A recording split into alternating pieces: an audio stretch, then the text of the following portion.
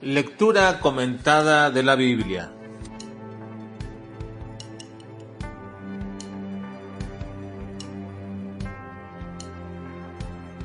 Juan capítulo 4 al capítulo 6. Los primeros bautistas. Autorreconocimiento mesiánico. Dos personas diferentes, el mismo Dios. Existe una polémica respecto al origen denominacional llamado bautista. Hay muchas teorías al respecto a este asunto y creo que ninguna de ellas es convincente al 100%. Incluso, algunas intentan establecer la perpetuidad de la denominación bautista desde el tiempo del Señor Jesucristo. Lo que sí no deberíamos de asumir es el hecho de que los bautistas son el único grupo cristiano verdadero. Pero nuestro comentario de la lectura de este día no va en el sentido de hablar de una denominación, sino del inicio de una práctica cristiana que es más que un rito religioso, como algunos lo llegan a ver, el bautismo. Cristo inició su ministerio bautizando y cumpliendo así toda justicia. El ministerio de Juan se caracterizó por esta práctica como una evidencia del arrepentimiento de tal forma que se le llamaba a Juan el Bautista. Los fariseos comenzaron a correr el rumor de que Jesús estaba superando a Juan respecto a los bautismos que llevaban a cabo, y es aquí donde hace la aclaración de que Jesús no bautizaba, sino los que lo hacían eran sus discípulos.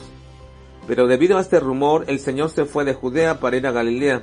Ahora, como vemos, esta práctica era tan importante que Jesús instruyó a sus discípulos en cuanto a bautizar. Quiero mencionar que esta práctica del bautismo no era nueva, y tampoco era exclusiva del cristianismo. Podemos ver cómo los fariseos reclamaron a Juan el Bautista del por qué bautizaba si él no era el profeta o el Mesías. Así que ellos veían el bautismo desde la perspectiva judía, porque esa ya era una práctica entre ellos y que la ley ordenaba. De ahí que el bautismo no solamente significa sumergir, sino también lavar. La Biblia habla por lo menos de 9 tipos de bautismo y podemos mencionarlos de manera abreviada. El que Juan realizaba y que se siguió practicando como un llamado al arrepentimiento nacional y que lo encontramos en el libro de los Hechos cuando Pablo rebautizó a unos de Éfeso porque solamente habían sido bautizados con el bautismo de Juan.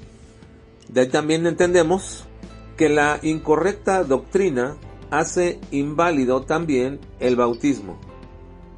Tenemos también el bautismo de Jesús, que no es el bautismo cristiano, porque no era una demostración de su conversión, pero fue un testimonio de su filiación divina. También tenemos el bautismo del Espíritu, que es nuestra incorporación al cuerpo de Cristo. También tenemos el bautismo de fuego, al que alude Juan, que Cristo tiene el poder para bautizar con este bautismo y que se refiere al juicio en el lago de fuego, y que no es el bautismo del Espíritu como los carismáticos y muchos grupos pentecostales interpretan equivocadamente. También tenemos el bautismo del pueblo de Israel, al que Pablo dice que fue bautizado en la nube y en el mar. Y también tenemos el bautismo al que Cristo se refiere con su muerte, y el cual también Juan y Jacobo dijeron que ellos podían ser bautizados con ese bautismo. Y también tenemos el bautismo de la humanidad que pereció con el diluvio, y que Pedro dice que así fueron bautizados, y que ahora hay una correspondencia de ese símbolo con el bautismo cristiano. Y también Pablo dice que había personas que se bautizaban por los muertos, que es otro bautismo, y es de carácter pagano.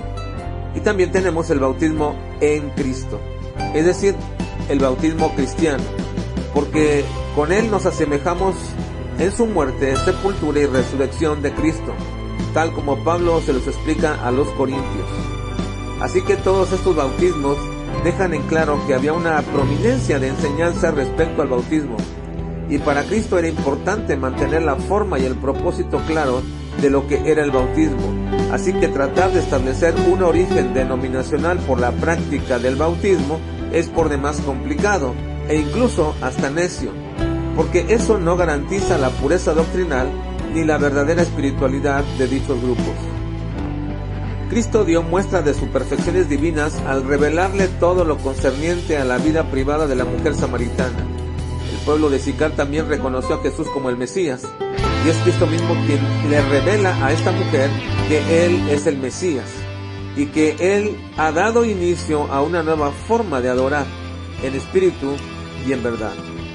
Cuando sanó a un hombre que tenía 38 años de enfermo, los fariseos se enojaron con Él por dos cosas: porque lo hizo en el sábado y porque decía que Dios era su Padre, haciéndose igual a Dios, ya que en su teología monoteísta solamente había cabida para un solo Dios, y si ese Dios tenía un hijo, entonces eran de la misma esencia y por lo tanto era igual a Dios.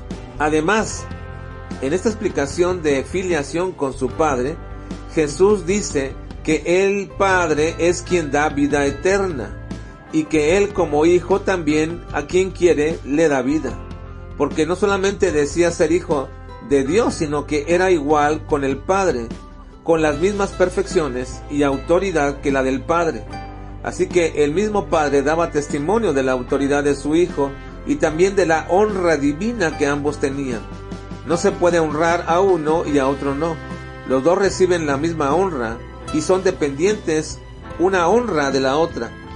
Jesús declara también que debido al milagro de la alimentación de las más de 5,000 personas, Él es el verdadero pan del cielo que da vida a los hombres, y que si alguien quiere venir a Cristo y seguirle, esto debe ser únicamente por la obra del Padre, porque nadie viene por su propia cuenta y su propio deseo a Cristo.